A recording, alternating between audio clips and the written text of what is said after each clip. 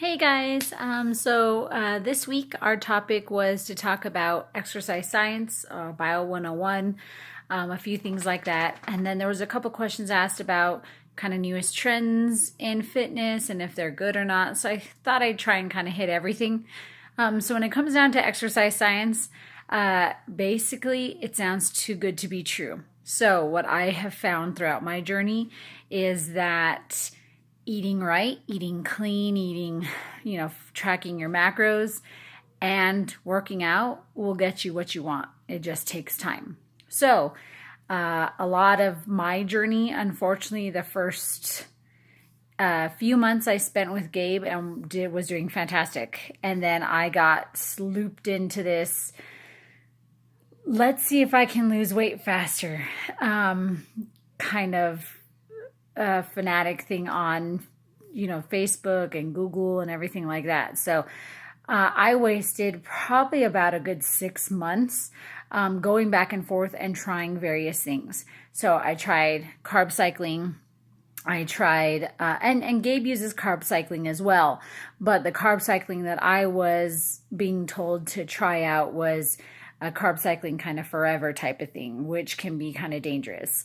You need to let your body come off of that cycle, like we were talking about microcycles last time, is that if you stay on it for too long, it's going to start having negative effects on your body and not really going to help you on your journey anymore. You might hit that plateau. So carb cycling is used at different times throughout your journey. I'll probably be using it as we get closer to a competition type of thing, but it's not something that you really need to do all the time. There are good carbs that you should be using. The other thing I tried was the intermittent fasting. Now, it works for some people, but I was a hangry person in the morning. I needed my coffee, and that was basically you're eating during a certain window. So like a 7-hour, 8-hour window throughout the day. The rest of the time you're fasting or not eating. So it works for some people. It doesn't work for others. So you can go on Facebook, you can go on Google right now, and you can find 50 different ways of doing something. But really, in reality, what is going to work is what you can stick to. So the carb cycling, the intermittent fasting, they were things that I could not do for very long, especially paired with our hard beast workouts. I had no energy to continue doing them. And so my workout started to suffer, and therefore my muscle gain started to suffer.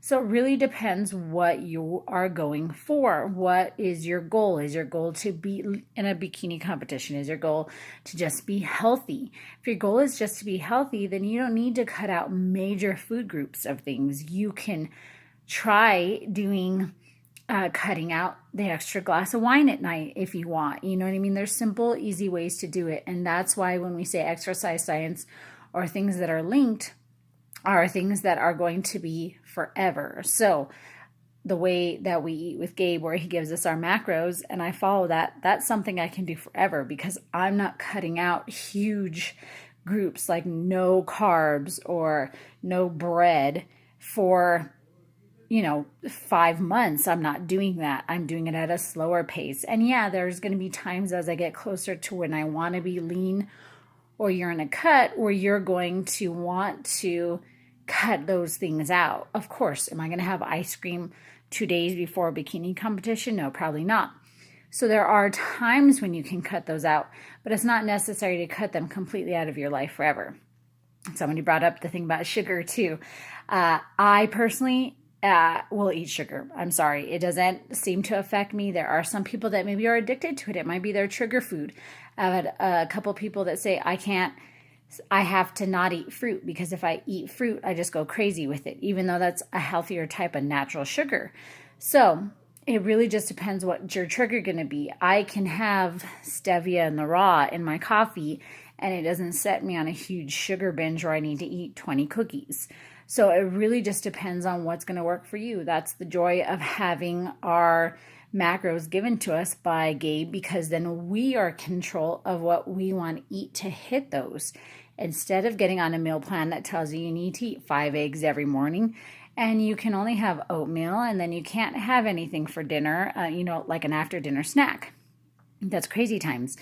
I need a snack right before I go to bed. Otherwise, I wake up and I'm really, really hungry. So I'll usually have Greek yogurt or I'll have a protein shake, something like that. So those are good snacks that you can have right before bed because they're going to help you stay fulfilled throughout the night. I've never been a type of person to wake up at 3 in the morning and raid the fridge. There may be some people out there that do that. And so having that snack, like a protein shake that has casein or whey in it, casein's going to be more long lasting. So it'll feed your body throughout the whole night instead of, a fast acting protein like whey that's going to kick in right after a workout, say. So really, guys, there is no easy fix. There is no easy way to do things. It takes time. I am still not at where I want to be at, but I am a heck of a lot better than when I started in January of 2014.